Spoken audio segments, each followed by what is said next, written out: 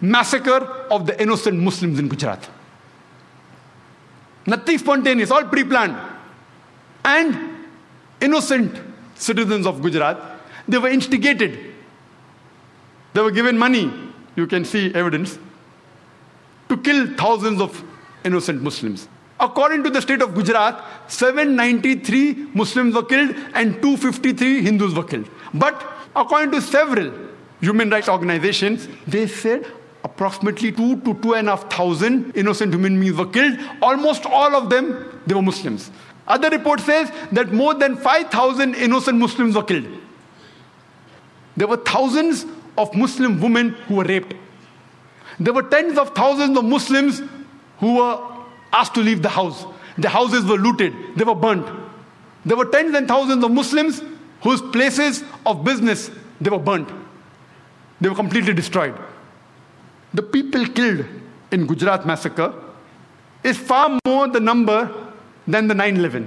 The loss of the people of Gujarat, if you add it, it is much more than the loss that took place on 9/11. Yet, according to George Bush, the people who did Gujarat massacre, they aren't terrorists.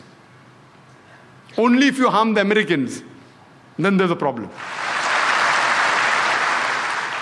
We know that there are tons of evidence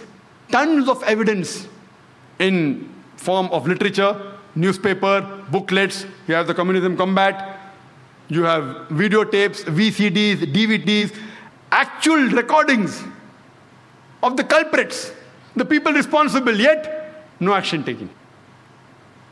Even the judiciary system, I'm sorry to say, in Gujarat failed. I think they were pressurized by the politicians. So much so that the Supreme Court of India had to pass a remark against the High Court of Gujarat that they were biased and the trials weren't correct. I feel it was mainly the politicians. The Supreme Court of India, they passed a judgment against the High Court of Gujarat that what verdict they gave was wrong. And I feel maybe it was the politicians whom have used the power. And imagine what we find after a couple of months. We have the Akshardham temple massacre. 2 people were caught. They were killed. They are said to be Muslims. And the authorities said that these people killed so many people in the temple in revenge, in retaliation. And they said that all this was nothing but retaliation. Islam does not justify that. They may have a logic. These people who did the attack, or the people who retaliated in other ways, they have a logic. They say that thousands of our family members were killed in front of eyes. Our mothers, our sisters have been raped in front of us. We have been looted. We know the person responsible is our neighbor, the person down the street. We meet him regularly. But when we see him, it reminds us of the torture. When they go to the law does not support. So they take the law in the hand. I am not justifying this act. Islam doesn't permit you. They take the law in the hand and they kill other innocent human beings. Islam does not justify that. They have a justification. They say, our mothers have been raped. We know the culprit. They're in front of us. No one is taking action. So they take the law in the hand. If you really find the culprit and book him, and if he's caught, if you can do that, and punish him, Islam justifies. You can't kill any other innocent human being. Islam does not justify that. You cannot use a wrong mean to come at the right goal.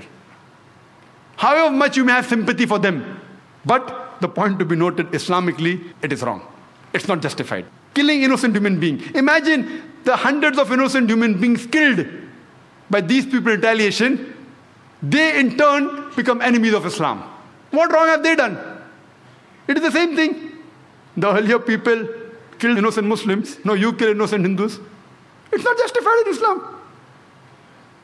If you can catch the culprit, book him, punish him, fine. But not an innocent human being.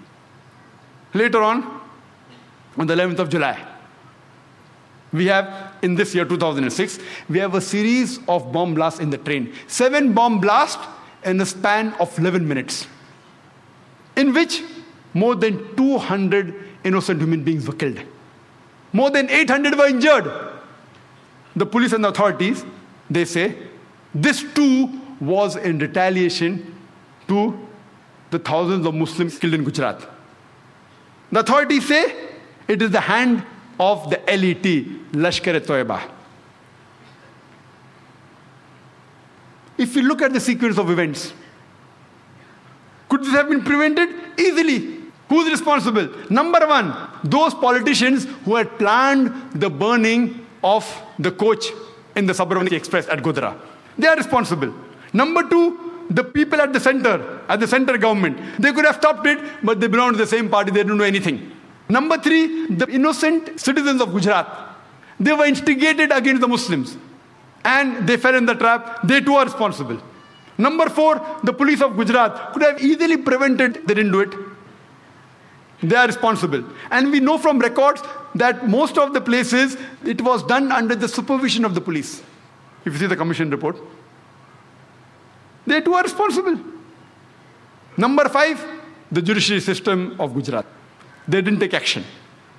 Number six, the people who retaliated in the wrong way. The people who did the bomb blast. Islam does not justify that. They too are equally responsible. All six categories of people are responsible. But if we can prevent the first category, the first few categories, surely you will not have these terrorist attacks. And we know that in the past 1 month, thousands of Muslims have been harassed, mainly by the police. The police says it is mainly the Muslims who have done it. It is the hand of the LET, Lashkar-e-Toiba. I say, if you can really identify them, catch the people who are involved, we have no objection. But you can't harass thousands of innocent Muslims. Hundreds of them were rounded up.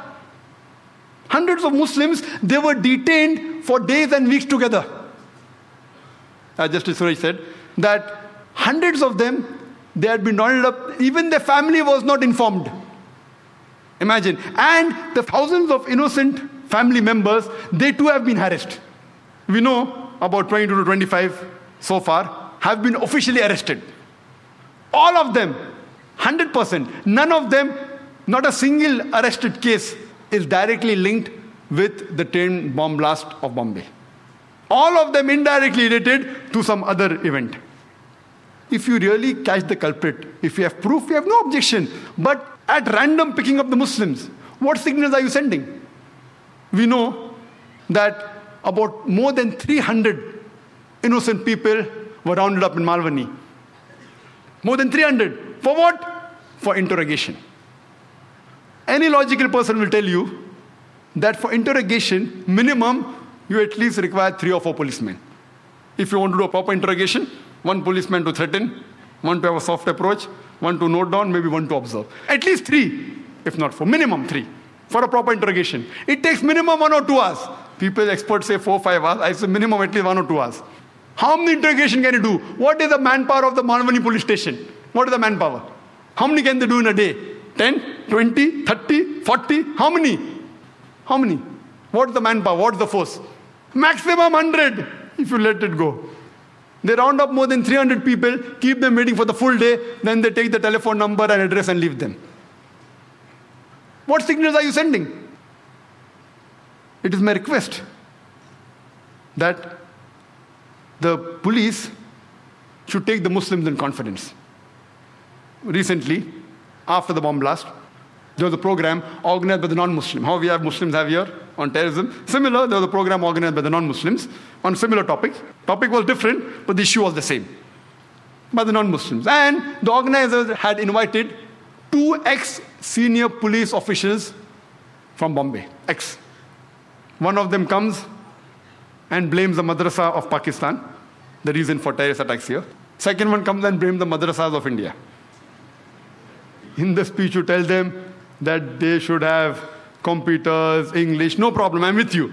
But to say that the Indian madrasas are directly or indirectly, even remotely associated with any form of terrorism in India is nothing but a blatant lie.